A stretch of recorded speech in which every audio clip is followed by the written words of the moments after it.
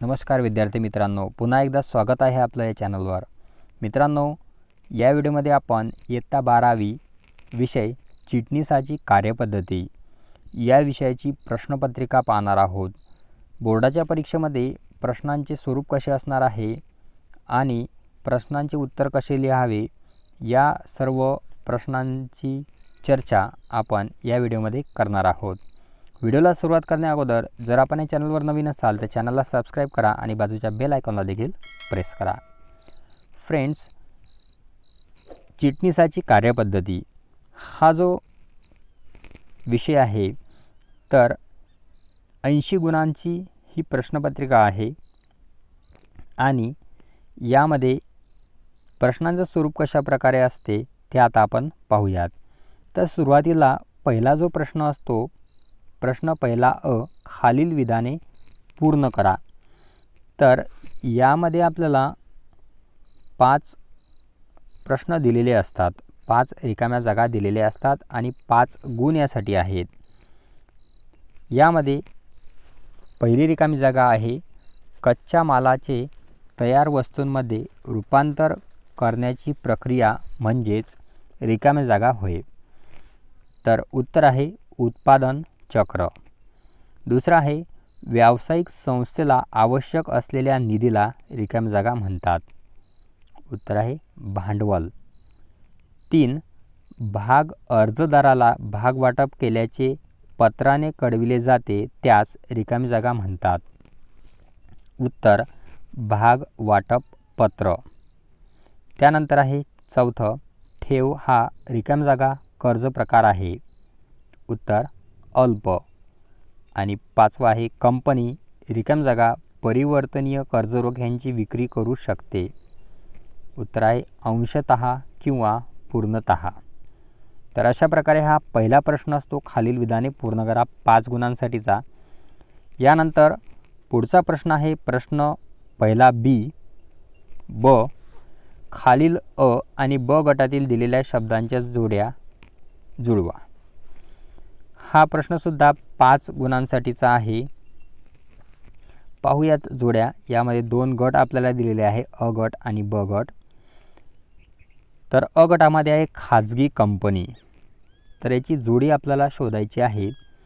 तर ब गटामधील योग्य जोडी यासाठी आहे खाजगी कंपनी अंशतः वसूल झालेले भाग म्हणजे 5व्या क्रमांकाची जोडी। यानंतर दुसरा आहे खेळते भांडवल, तर याची जोडी आहे एकूण चालू मालमत्ता म्हणजे 1ल्या क्रमांकाची।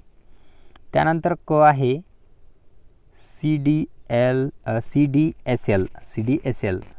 तर याची जोडी आहे भारतातील दुसरी भागपेटी 4थ्या क्रमांकाची। त्यानंतर ख आहे वित्तीय बाजार, तर याची जोडी आहे वित्तीय प्रतिभूतींचा वापर म्हणजे 2ऱ्या क्रमांकाची। आणि शेवटचा आहे ग व्याज, तर याची जोडी आहे देणे बंधनकारक 3ऱ्या क्रमांकाची। तर अशा प्रकारे जोड्या जुळवा हा प्रश्नसुद्धा कंप्लीट झालेला आहे। यानंतर नेक्स्ट क्वेश्चन आपण पाहू। नेक्स्ट क्वेश्चन आहे क्वेश्चन पहिला क, चूक की बरोबर ते लिहा। 5 गुणांसाठीचा हा प्रश्न आहे। तर यामध्ये पहिला प्रश्न आहे फक्त पूर्ण रक्कम भरलेल्या भागांची जप्ती होऊ शकते, तर हे विधान चूक आहे। दुसरा आहे रोख पत सुविधा तारण ठेवली जाऊ शकते, बरोबर आहे। तिसरा आहे वित्त हे पैसे व पैशाचे व्यवस्थापन यांच्यापाशी निगडित आहेत, बरोबर आहे। चौथे आहे कर्जरोख्यांना मतदानाचा अधिकार नाही, बरोबर आहे। आणि 5वा आहे कंपनीच्या भागधारकांना व्याज दिले जाते, तर हे चूक आहे। यानंतर पुढील प्रश्न आहे प्रश्न पहिला ड, खालील अधोरेखित शब्द दुरुस्त करून पुन्हा लिहा।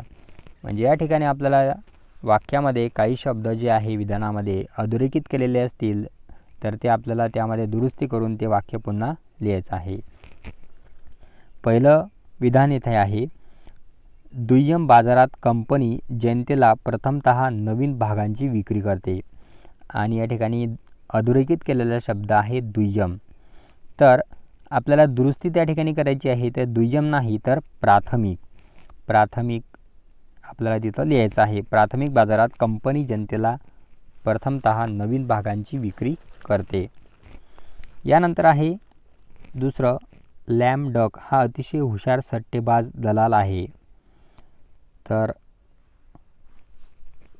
दुरुस्ती आपल्याला करायची आहे वुल्फ. लॅम डकच्या ऐवजी येणार आहे वुल्फ. तिसरा आहे ISIN हा कंपनीला देण्यात आलेला क्रमांक आहे. तर अधोरेखित शब्द आहे कंपनीला, तिथं दुरुस्ती आपल्याला करायची आहे प्रतिभूतीला. यानंतर आहे चौथा, ठेवीचा कमीत कमी कालावधी 36 महिने आहे. या विधानाचं उत्तर आपण मला कमेंट करायचं आहे. नेक्स्ट विधान पाहू आपण. पुढचं विधान, कर्ज रोखेधारकांना नियमित निश्चित दराने लाभांश दिला जातो. तर करेक्शन या ठिकाणी करायचं आहे लाभांश नाही तर व्याज. यानंतर पुढचा प्रश्न आहे प्रश्न दुसरा, खालील संज्ञा संकल्पना स्पष्ट करा. मित्रांनो, ऑब्जेक्टिव्ह प्रकारचे जे क्वेश्चन आहेत तर त्यांचे ॲन्सर जे आहे आपण पाहिलेले आहे. यानंतर प्रश्न दुसरा जो आहे इथून डिस्क्रिप्टिव्ह प्रकारचे क्वेश्चन सुरू होतात. त्यामुळे याची जे ॲन्सर आहे ते जर आपण या व्हिडिओमध्ये पाहिले तर व्हिडिओ हा खूप मोठा होईल. म्हणून फक्त या ठिकाणी मी प्रश्न आपल्याला सांगणार आहे. प्रश्न दुसरा आहे, खालील संज्ञा संकल्पना स्पष्ट करा. या ठिकाणी 8 गुणांसाठीचा हा प्रश्न आहे आणि आपल्याला कोणतेही 4 फक्त यामधील सॉल्व करायचे आहेत. पहिला यामध्ये नफा, दुसरा ठेव, तिसरी संज्ञा आहे बोनस भाग, चौथी आहे कर्जरोखे प्रमाणपत्र, पाचवी संज्ञा आहे कर्ज भांडवल, सहावी आहे स्थिर भांडवल.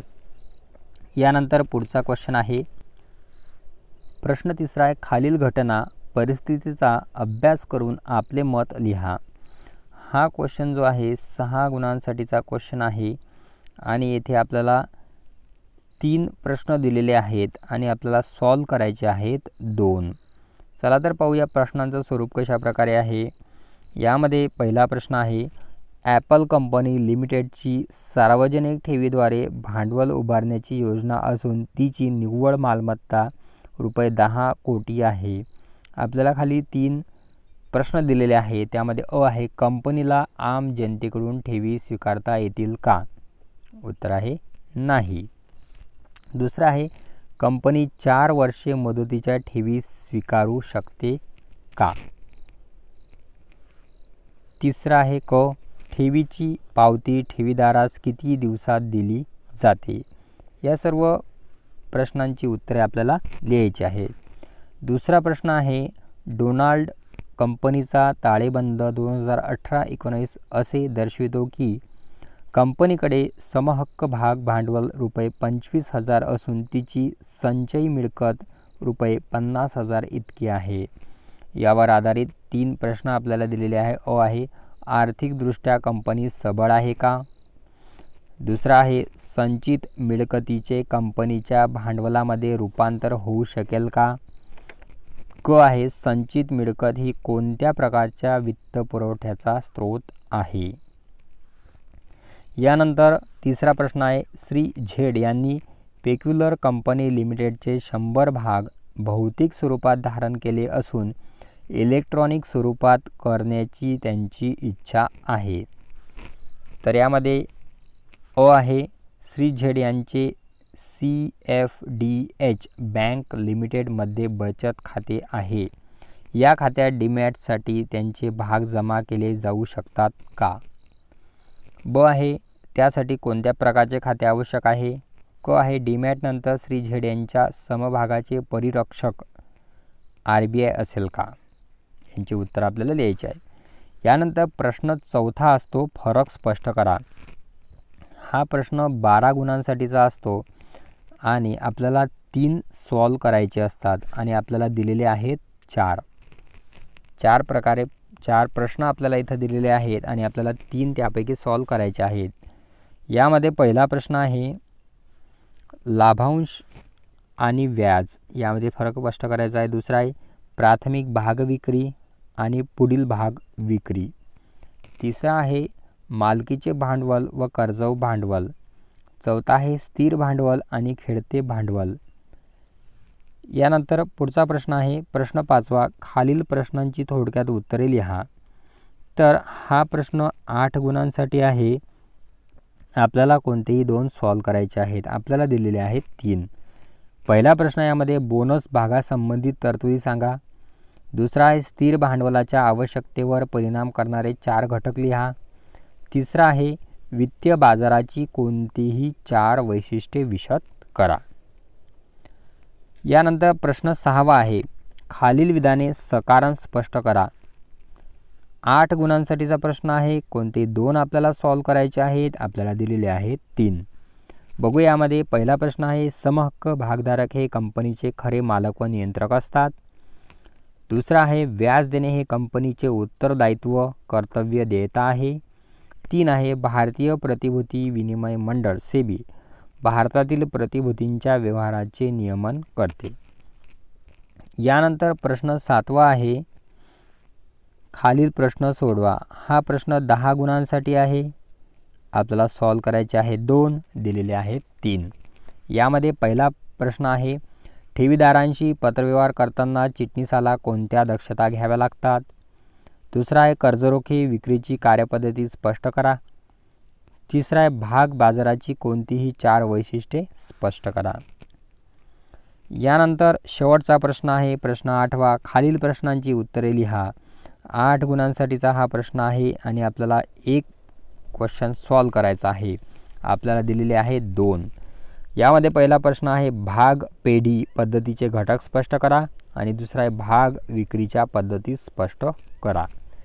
तर मित्रांनो, अशा प्रकारे या व्हिडिओमध्ये आपण चिटणीसाची कार्यपद्धती या विषयाचा क्वेश्चन पेपर कसा असणार आहे त्याविषयी डिस्कस केलेला आहे.